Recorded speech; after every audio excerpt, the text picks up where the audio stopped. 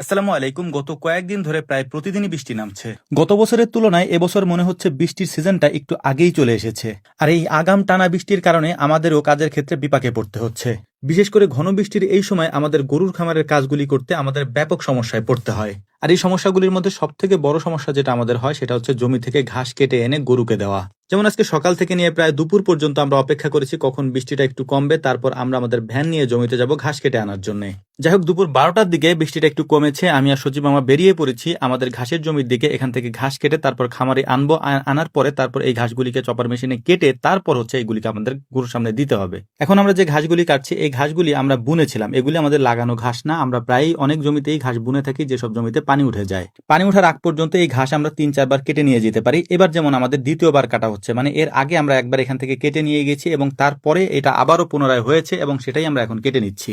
ঘাস কাটতে কাটতে সজীব মামার আমি প্ল্যান করে ফেললাম যে বৃষ্টির দিন যেহেতু আজকে আমরা হাঁসের মাংস দিয়ে লাল চালের খিচুড়ি রান্না করবো ইনশাআল্লাহ, তাই আমরা দ্রুত ঘাসগুলিকে কেটে আমাদের খামারের দিকে নিয়ে যাওয়ার চেষ্টা করছি, কারণ এর পরেও আমাদের অনেকগুলি কাজ বাকি রয়েছে রান্নার আগ পর্যন্ত। তুলনামূলকভাবে আগের থেকে আমাদের ঘাসের পরিমাণ অনেক বেশি লাগে। এর কারণে হচ্ছে আমরা 3 জন একসাথে এসেছি এবং 3 জনে এই ঘাসগুলিকে কেটে তারপর নিয়ে যাব। আর আমাদের এখানে একটা সমস্যা হচ্ছে যে আমাদের একটা ব্রিজ পার হতে হয়। পুরো একটা ভ্যান লোড দেওয়ার পরে ওই ব্রিজ পার হওয়া একার পক্ষে সম্ভব হয় না, যে কারণে 3-4 জন অথবা 2-3 জন আমরা এসে তারপরে এই ব্রিজটা পার করে নিয়ে যাই আমাদের খামার পর্যন্ত। যাই হোক, প্ল্যান যেহেতু করেছি লাল চাল দিয়ে আমরা হাঁসের মাংস দিয়ে খিচুড়ি রান্না করব, তাই এসেই আমরা হচ্ছে প্রথমে আমাদের হাঁসের খামারে গিয়ে একটা হাঁস এখান থেকে নিয়ে নিয়েছি, একেবারে দেশি হাঁস। এটা নিয়ে তারপর বানানোর কাজটা আমরা করতে দিয়ে দিয়েছি বাড়ির দিকে। এরপর আমরা আমাদের কাজে আবার যোগদান করেছি। মূলত হচ্ছে আমাদের প্রথমে ঘাসগুলি কাটতে হবে। আমাদের ঘাস কাটতে একটু কষ্ট হয়ে যাচ্ছে, এর কারণ হচ্ছে আমাদের এখানে যে ঘরটা ছিল ঘরটা আমরা ভেঙে ফেলেছি এখানে নতুন একটা ঘর তোলার জন্য।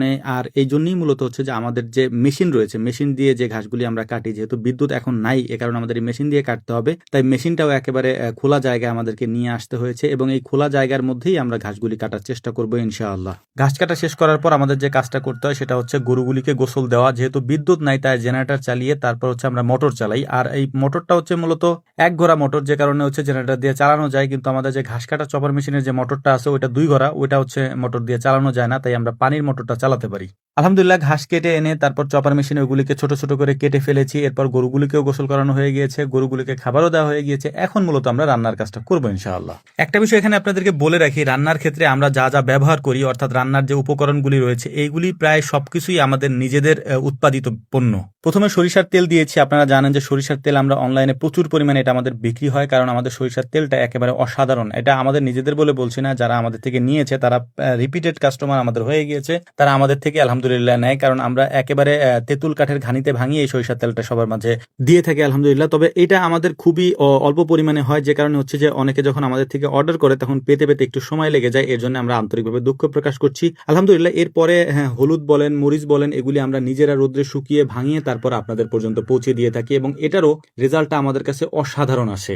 এর পেছনে কারণও আছে, কারণ হচ্ছে যে আমরা নিজেরাই নিজে হাতে এগুলি ভাঙিয়ে নিয়ে আসি, আমরা কারো হাতে দিই না, আমি নিজে যেয়ে তারপর ভাঙায় আনি এগুলা। এরপর হচ্ছে মুসুরের ডাল। আপনারা জানেন যে আমরা মুসুরি বুনি এবং এই দেশি মুসুরিগুলিকে হচ্ছে আমরা রোদ্রে শুকিয়ে সুন্দর করে তারপর মিলে নিয়ে ভাঙিয়ে নিয়ে আসি এবং এই দেশি মুসুরিগুলির সাথে অন্য মুসুরির কোনো মিলই নেই। আর আলহামদুলিল্লাহ, লাল চালের কথা কি বলবো, লাল চালের কথা না বললেই ভালো, কারণ এটার যে পরিমাণ চাপ আমাদের উপরে পড়ে ওই পরিমাণ সাপ্লাই আমরা দিতে পারি না, এই কারণে এটার কথা না বলি আলহামদুলিল্লাহ। তো রান্নাবান্না আমাদের কমপ্লিট হয়ে গিয়েছে, এখন আমাদের খাবার পালা আলহামদুলিল্লাহ। একটা বিষয় আপনাদেরকে বলে রাখি, লাল চাল এবং দেশি মুসুরের ডাল, দেশি সরিষার তেল, এর পাশাপাশি হলুদ এবং মরিচের গুঁড়া, এগুলি যদি আপনি নিতে চান তাহলে অবশ্যই আমাদের কমেন্ট বক্সে নাম্বার দেওয়া রয়েছে, সেখানে যোগাযোগ করবেন এবং হোয়াটসঅ্যাপ করতে পারবেন। আমরা ইনশাআল্লাহ আপনাদের বাসা পর্যন্ত পৌঁছে দেবো ইনশাআল্লাহ। আসসালামু আলাইকুম রহমতুল্লাহ।